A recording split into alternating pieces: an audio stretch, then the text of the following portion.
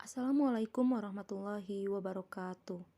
Perkenalkan, nama saya Lia Marwatunisa dari Program Studi Pendidikan Bahasa dan Sastra Indonesia Institut Pendidikan Indonesia. Pembinaan bahasa merupakan upaya sadar, terencana, dan sistematis tentang peningkatan mutu bahasa sehingga masyarakat pemakainya memiliki kebanggaan dan kegairahan menggunakannya.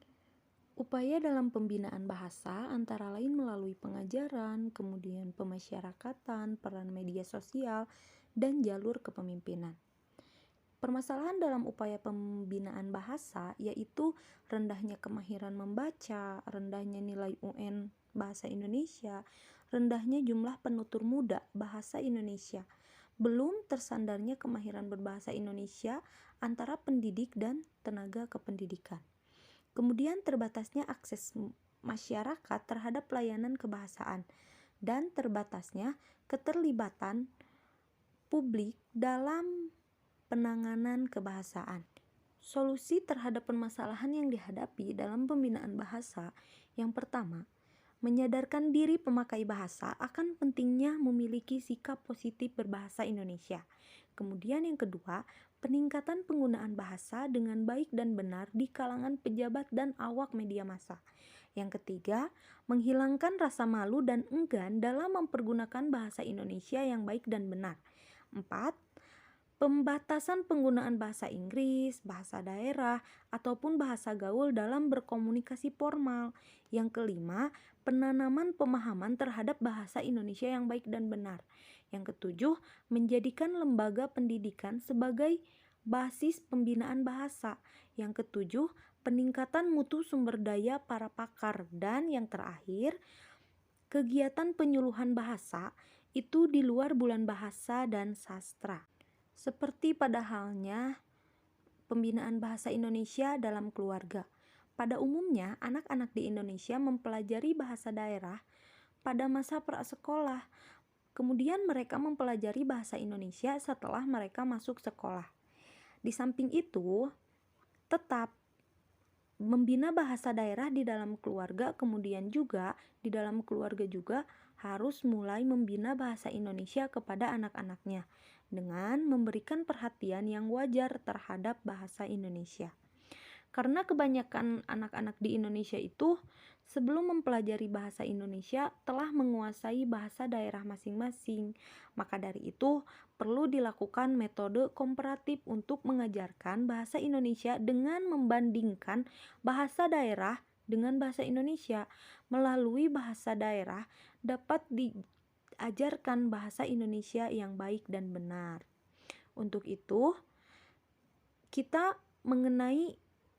bahas mengenai istilah prokem, yaitu semacam bahasa identitas remaja sekarang. Bahasa ini mampu mengungkapkan rahasia di antara mereka. Orang luar sering tidak memahami istilah-istilah yang diungkapkan oleh mereka, oleh anak-anak.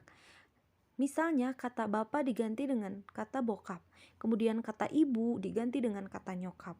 Orang tua disingkat dengan ortu, kemudian teman atau sahabat diganti dengan istilah bestie. Kemudian yang sedang ramai sekarang adalah bahasa Jaksel, yaitu fenomena bahasa yang ramai di Jakarta Selatan menggunakan bahasa Jaksel dengan bahasa Indonesia yang diutarakan, yang diucapkan oleh anak-anak yang tinggal dan beraktivitas di Jakarta Selatan dan menjadi viral.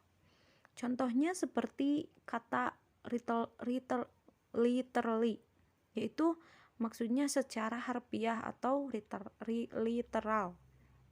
Kemudian jujurly, basically, which is, typo, somehow, normally, attitude, to the point, not yet, you know lah. Kata-kata seperti itu kata bahasa Jakarta Selatan, yaitu percampuran antara bahasa Indonesia dengan bahasa Inggris. Seperti ada sebuah paragraf yang mengutarakan tentang bahasa Jaksel ini. Contohnya, Keminggris atau bahasa Jaksel is bahasa Indonesia yang usually digunakan sama anak-anak yang tinggal dan beraktivitas di Jaksel.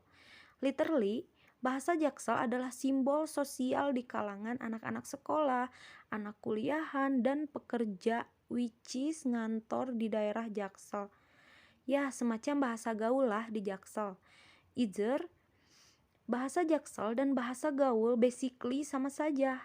That is bahasa yang mencampur adukan istilah kosakata bahasa Inggris ke dalam bahasa Indonesia. Literally, fenomena ini sudah ada sejak zaman penjajahan Belanda sampai dengan Orde Lama yang nama istilah bahasa yang digunakan oleh kalangan tertentu.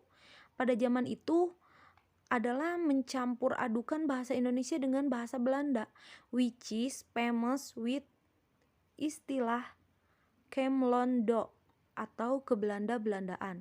So, either bahasa Jaksel or Keminggris sebetulnya adalah fenomena sosial yang biasa-biasa saja, fenomena yang menambah khazanah budaya modern Jakarta, which is sangat worth it. Ini menandakan bahwa anak muda Indonesia so kreatif. Nah, masih banyak sebetulnya istilah-istilah jorok yang disingkat agar tidak terdengar tabu oleh anak-anak, oleh mereka. Hal ini menunjukkan pula bahwa pembinaan bahasa Indonesia yang baik dan benar perlu dilakukan di lingkungan keluarga agar nantinya remaja kita menggunakan bahasa Indonesia secara baik dan benar. Kemudian dalam mempelajari bahasa Indonesia yang baik dan benar juga adalah bukti kecintaan generasi muda dan aplikasi konkret terhadap pelestarian budaya Indonesia. Dan juga mempelajari bahasa asing termasuk bahasa Inggris itu sangat positif demi meningkatkan kompetensi generasi muda para perspektif global, namun tidak boleh setengah-setengah. Sekian penjelasan yang dapat saya paparkan, mudah-mudahan bermanfaat dan mohon maaf atas segala kekurangannya. Terima kasih. Wassalamualaikum warahmatullahi wabarakatuh.